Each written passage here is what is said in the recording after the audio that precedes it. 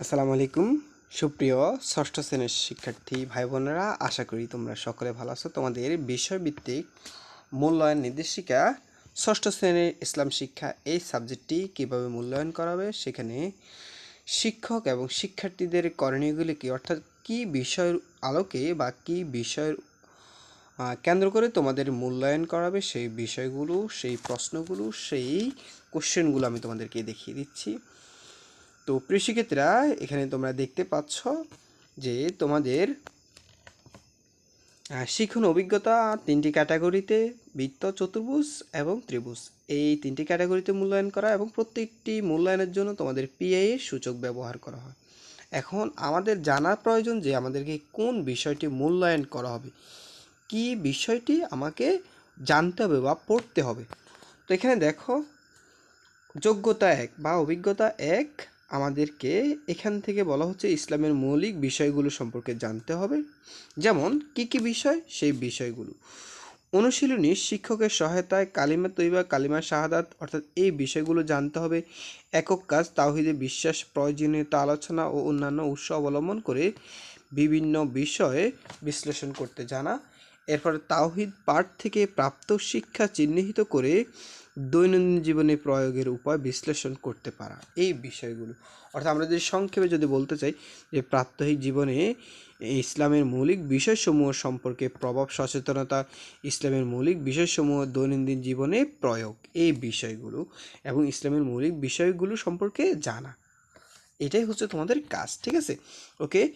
আমরা দ্বিতীয় অভিজ্ঞতাতে যাই। দেখো, এরপর আরেকটা কাজ দেওয়া আছে এখানে, ইসলামের মৌলিক বিষয় জ্ঞান আহরণ বা আগ্রহ প্রকাশ করতে। এখানে যে ইসলামের মৌলিক জ্ঞান আহরণ, নির্দিষ্ট তথ্যসূত্র সম্পর্কে সচেতনতা প্রদর্শন করা, ইসলামের মৌলিক জ্ঞান আহরণে স্বীকৃত তথ্যসমূহ ব্যবহারে আগ্রহ প্রকাশ করা, ইসলামের মৌলিক জ্ঞান আহরণে একের অধিক স্বীকৃত তথ্যসমূহ ব্যবহার করার উপায় সম্পর্কে আগ্রহ প্রকাশ করা। এখানে কি কি কাজ তোমাকে নিতে হবে বা কি কি একক কাজ রয়েছে সেগুলো তোমরা দেখে নাও। ঠিক আছে, ওকে। এরপরে যদি আমরা এর পরবর্তী অভিজ্ঞতা যাই, যে যোগ্যতা 2, এখানে আমাদেরকেও মূল্যায়ন করবে পিআই সূচকের মাধ্যমে। ইসলামের বিধিবিধান সম্পর্কে সচেতনতা প্রদর্শন করা, প্রাত্যহিক জীবনে ইসলামের বিধিবিধান অনুসরণ এর প্রভাব সম্পর্কে সচেতন। এরপর দৈনন্দিন জীবনে ইসলামের বিধিবিধান চর্চার প্রয়োজনীয়তা সম্পর্কে সচেতন। অর্থাৎ তোমরা এখান থেকে পড়বা যে ইবাদতের জন্য তাহারাতে, এই যে দেখো এখানে আমি যদি দেখাই, ইবাদতের জন্য তাহারাতের গুরুত্ব ইত্যাদি তুলে ধরা, বন্ধুরা মিলে দলগতভাবে পবিত্রতা থাকার সুফল সম্পর্কে আলোচনা করা ইত্যাদি।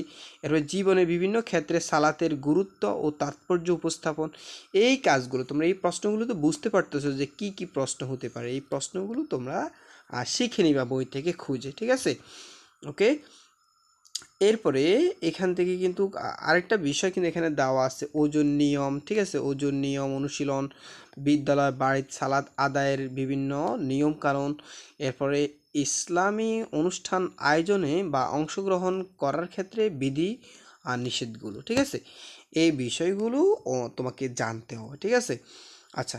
এর পাশাপাশি এখানে আমরা যদি এর পরবর্তী অভিজ্ঞতা যাই, অর্থাৎ যোগ্যতা 3-এ, তো এখানেও আমাদেরকে কাজগুলো দেখিয়ে দিয়েছে তারা, যে এখানে পিআই হচ্ছে নির্দেশ অনুযায়ী নৈতিক ও মানবিক। এখানে দেখো, নির্দেশনা অনুযায়ী নৈতিক ও মানবিক গুণাবলী অর্জনের কাজ করা, প্রযোজ্য ক্ষেত্রে নৈতিক ও মানবিক গুণাবলী প্রদর্শনের চেষ্টা করা, দৈনন্দিন ও নৈতিক মানবিক গুণাবলী প্রদর্শন করা। অর্থাৎ তুমি যে কাজগুলো করবে সেই কাজগুলো সংক্ষেপে এখানে বললাম আমি। এখন দেখো মূলত কাজগুলো কীভাবে মূল্যায়ন করবে এক এক করে দেখিয়ে দিচ্ছি।